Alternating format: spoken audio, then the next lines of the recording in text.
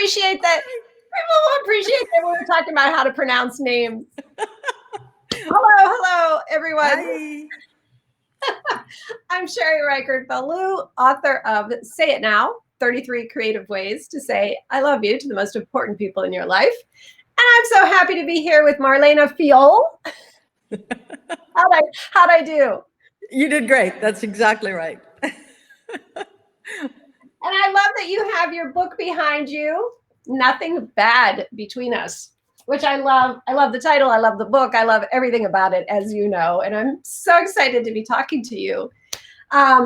While we're getting started, how about if you just give us a quick synopsis, because your book just launched, and I want people to know kind of like what it's about.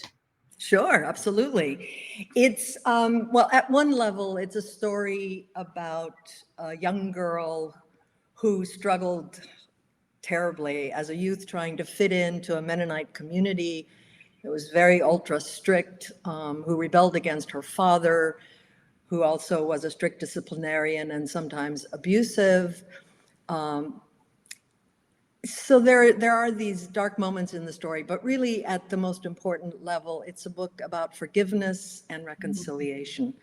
It was a long, bumpy road, but in the end, it was forgiveness that won, and love that won, and showing up that won. And that's really where the wonderful intersections between Sherry's and my books come in, because Sherry's Say It Now is an incredible book about showing up in 33 different ways for the people you love. And so that's what we want to talk about today.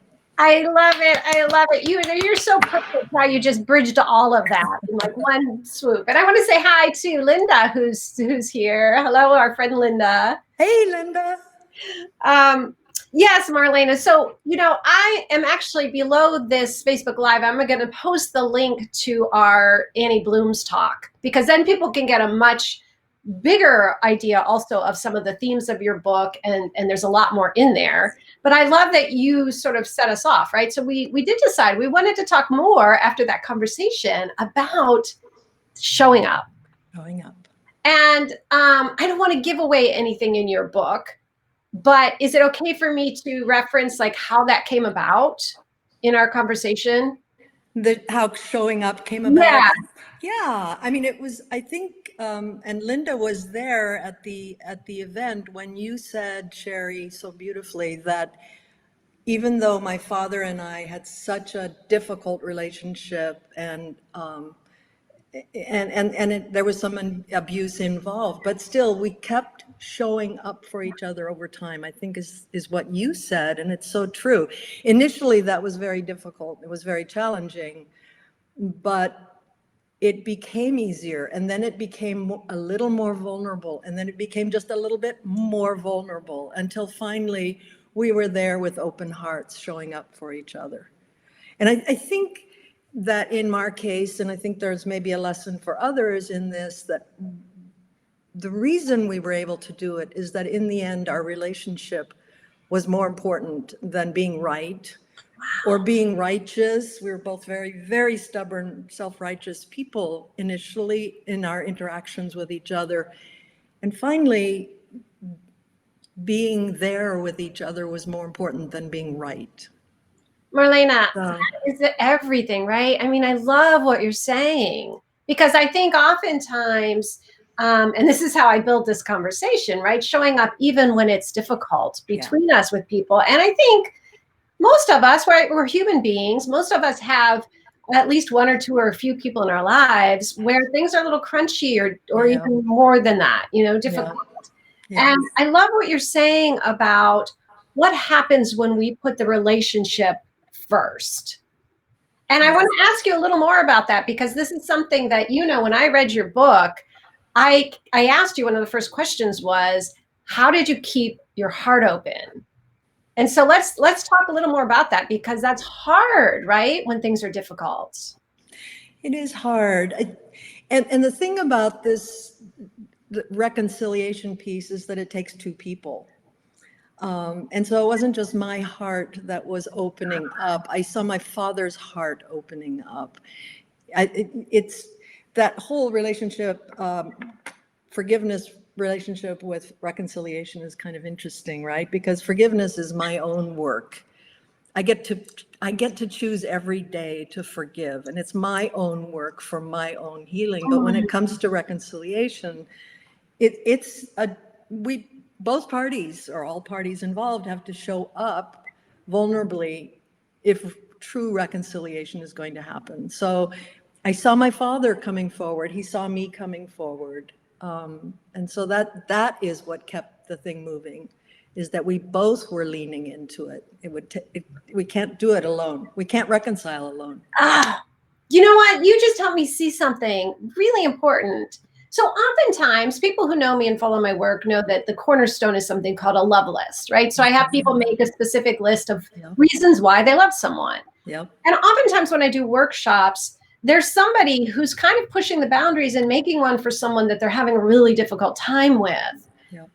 You know, I love all of the love lists, but those I have like special place in my heart, because that's a challenge. But what I saw in what you just said is that when people have the courage and the vulnerability to show up, first of all, in that way, to say like, here, I'm going to show up for you. Here's why I love you.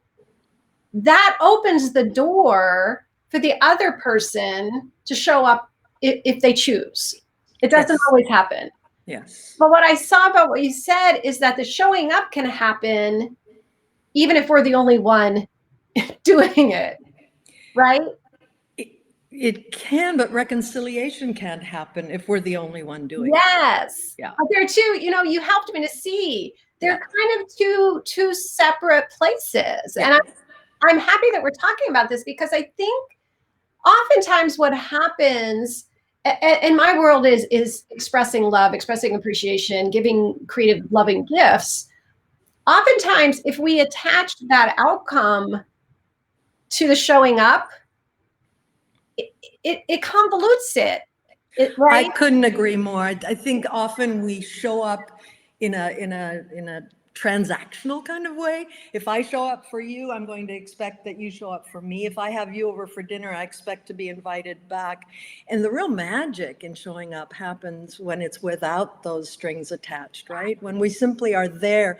And the magic happens for us more that way too, not just for the other person. Yeah. And I'm going to go ahead and project, and you can tell me if this is true. But, you know, as you know, so when I read your book, those places of showing up like lit up for me, you know, almost as if it was neon when I was reading it. Well, they would, because that's the kind of person you are.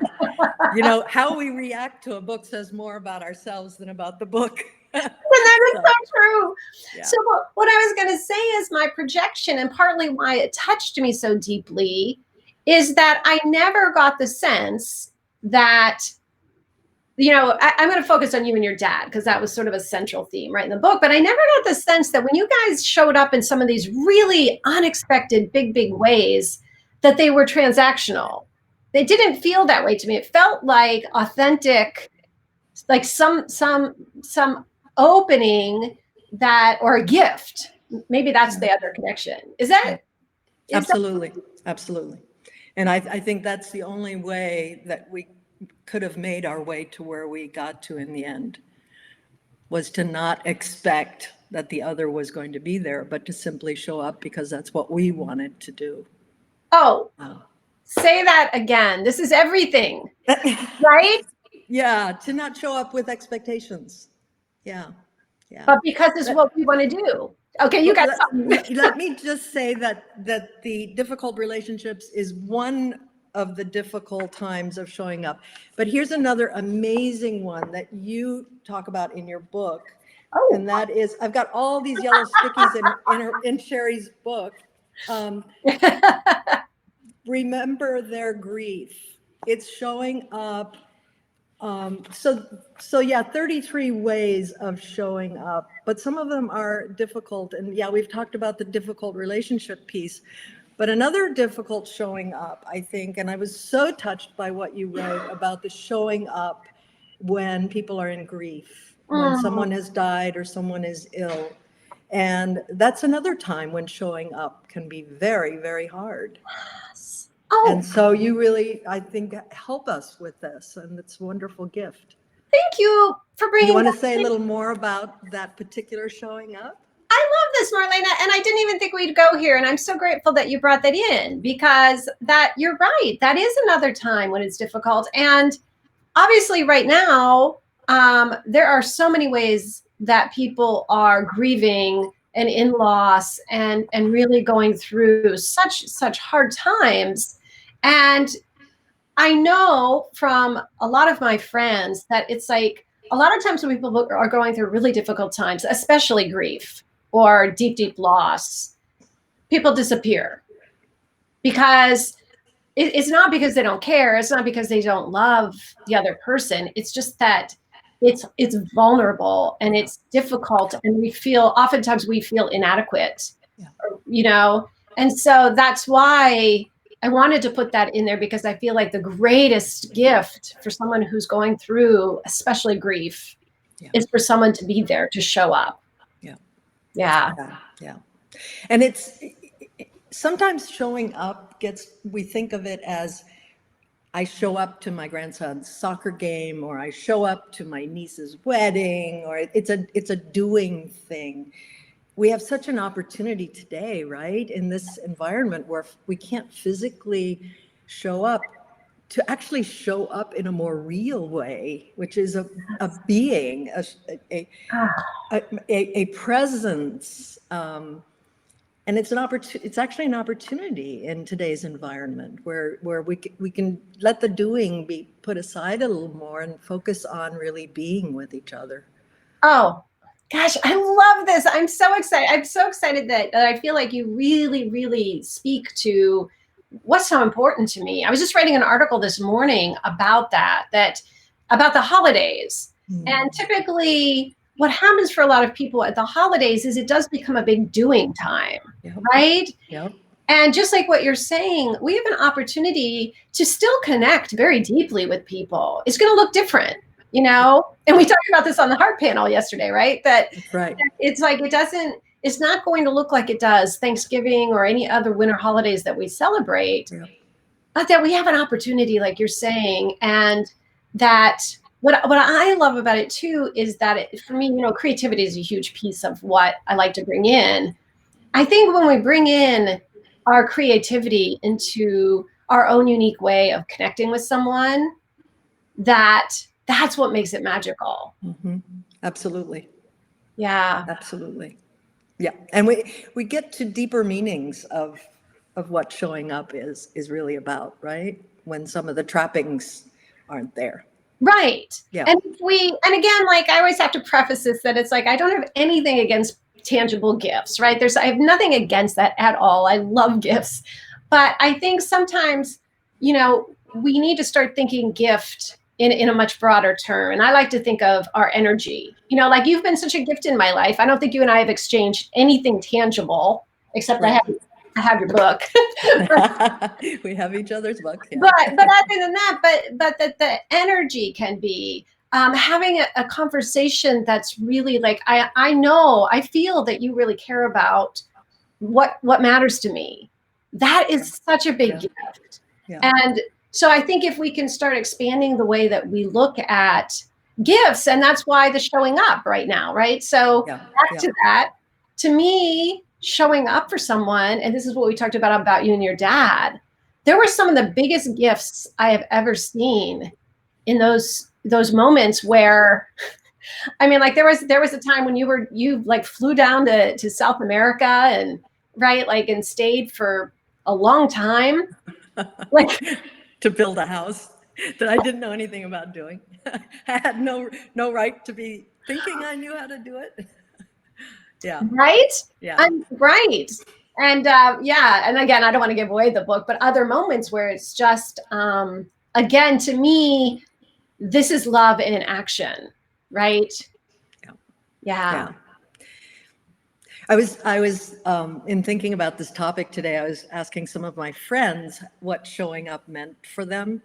And one of them, Brad Berglund, said something interesting that I'll pass along. He said, often when we talk about showing up, we're talking about stepping up to help someone. And he said, if it's really authentic showing up, it's really about standing side by side on the journey, as opposed to, being sort of what often is called the white savior. Yes. Yeah. Oh, I love that. Yeah. Yeah. Yeah. So it's more of a, I'm here beside you, as opposed to here I am to help you. Right. Yes. Yeah. Oh, because that goes back to what you said earlier that really resonated with me, which is that we do it because it's what we want to do. Yeah. We do it because it helps us feel, it gives life meaning, it gives life connection. Yeah. And that to me is such an important piece of it. And I think that's also what, like, again, I want to go back because I love that you brought in the idea, of when people are grieving or they're ill. And if we can almost like get out of the way of thinking that we're doing something, right? It can fix all that, but rather that we're just, I will say to people, I don't know what to do. I don't know what to say. But I'll just be here. Yes. Yeah. If I could be sitting beside you right now, quietly holding your hand, that's what I would do, but I can't. Yeah. Yeah. And I think we forget that that's the biggest gift that we could give each other. Right. Yeah. Yeah. And oftentimes, I've actually had this experience several times recently. Someone in my family was going through a really difficult time. And I experienced it on my side too, that it's like how much people want to do something and they want to offer advice and they want to fix it. And that's actually, not only is that not necessary, but it gets in the way sometimes. Absolutely. Of allowing someone to simply like, can you just be here with me? And yeah. And often people aren't able to say that.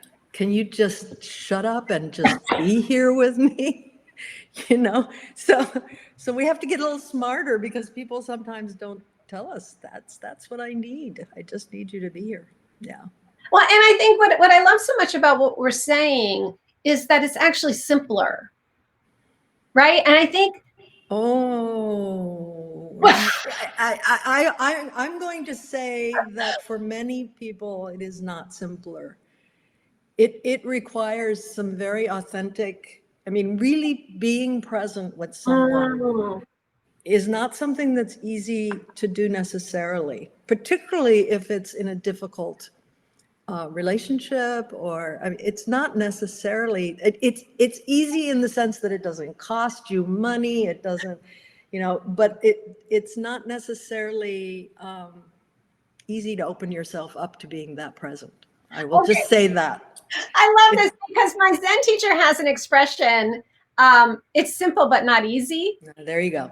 And so I think this is what we might be tapping into, right? Yes, because what I think am thinking is that it's like, you don't have to know the right thing to do. You don't have to know the right thing to be or buy or do. It's simple in the sense of just simply being you, or you are the gift. Yeah. But it's not easy because, like you're saying, we're all conditioned, right, to try and like, I don't want to go near, that's uncomfortable, whether it's anger or sadness or whatever, it's some kind of, one of those emotions we don't really care to be around. Right. Yeah. Right. So let's talk a little bit more. I know we only have a few more minutes left, but I just want to go back to your book and your story and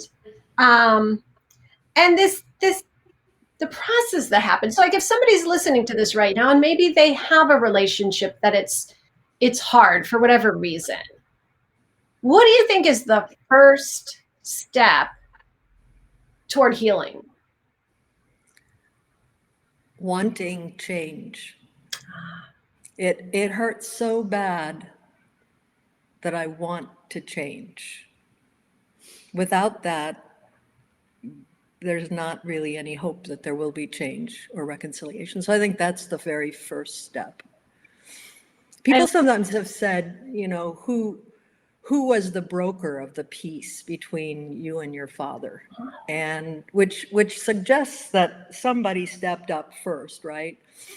And said, forgive me or whatever. And there was no broker of peace for my father and me. there was clearly a desire on each of our parts to change things. It was too painful for us, and we wanted to change things. And I think that was key. And then, as we said earlier, showing up, opening up, staying open, opening up farther and farther, becoming more vulnerable became the important piece of the journey from there on. But yeah, the desire for change, if I'm okay with things the way they are now, I'm not going to go through the process that actually is difficult and challenging for many of us to show up under those circumstances. And so I'm not going to do it unless I'm hurting so bad that I want change. Yeah. And I really love that you also brought up what I see, and I'd love to hear your thoughts, but I see as the second step, which is the willingness to be vulnerable. So it's like wanting change so that we're willing to walk through it. But then, because you've talked a lot about this, at least, when we've had conversations about your book and just about these topics, but it's that willingness to be vulnerable, to know that, I love it. I think you said, we're all broken in some ways. And the willingness to show up with that vulnerability is what allows, it allows something, I don't even know what it allows, but allows something. It's showing up vulnerably and authentically is the single most important ingredient for reconciling wounded relationships, without a doubt. Well, what can you say? Like, I know this is a big question, but it's like, what is it about that is so healing? Linda, do you have an answer? I know. No, it's a fabulous question, Sherry. We so want to be accepted for who we are. We so want to show up as who we are. When we give that gift to someone, showing up as who we really are, I mean, it is truly the biggest gift we give each other. It's the biggest gift my husband and I give each other on an ongoing basis. And it is in a difficult relationship like the one with my father as well. So I don't want to trivialize that question at all. I think it's a really, really important question. Yeah. Well, what's dropping in for me, just in this conversation, is that my beau and I will often talk about like that when the defenses are up. Yeah. And it's almost like when the defenses are up, there is like literally a wall between us. Yeah. Whereas in vulnerability, it's like we open. Oh yeah, I love that. So Linda, beautiful Linda. Linda's saying hearts can connect when the walls are down. Yes. Thank you, Linda. She's right, because so it's like when we're defended or we're trying to be right or we're coming from a place of me, like I gotta make she's right? The walls are up. Yeah. But when we come from vulnerability, it is, Linda just said it. Hearts connect. The walls are down. Yeah. Marlena, this has been absolutely marvelous. I love, and we talked about this too, like about books, right? That we could take one aspect, which are there are just so countless things in your book that we could talk about, but that we could take one aspect, and I'm sure we could probably talk for another 3 hours on this topic. Yeah. To me, that's what's so exciting. Yeah. No, it's wonderful. And it's this time of year. I mean, it's really a very timely subject, not just because of COVID and not being able to connect in physical ways, so finding ways to be present in other ways and show up, but this holiday season, to think of showing up as a very precious gift that we can give not only each other, but ourselves. Yes. Yeah. Yes. I love that. It seems like the perfect place for us to end, even though I hate to say goodbye because I love talking to you. But that idea of, just leaving people with, whenever they're watching this or listening, like, how would you want to show up for yourself right now? And are there people in your life that you really want to be a little more vulnerable with, to connect with on a different level, and to know that you can do that? It doesn't have to cost a lot of money, or it doesn't have to be in person. How do you do that? Right. Yeah. Yeah, absolutely. Thank you so much for the opportunity to be on. And Linda, thank you for being there. Oh, that was great. Thanks, Linda. Yeah. Thank you, Marlena. Thank you, Sherry. Bye, Bye-bye, dear. all.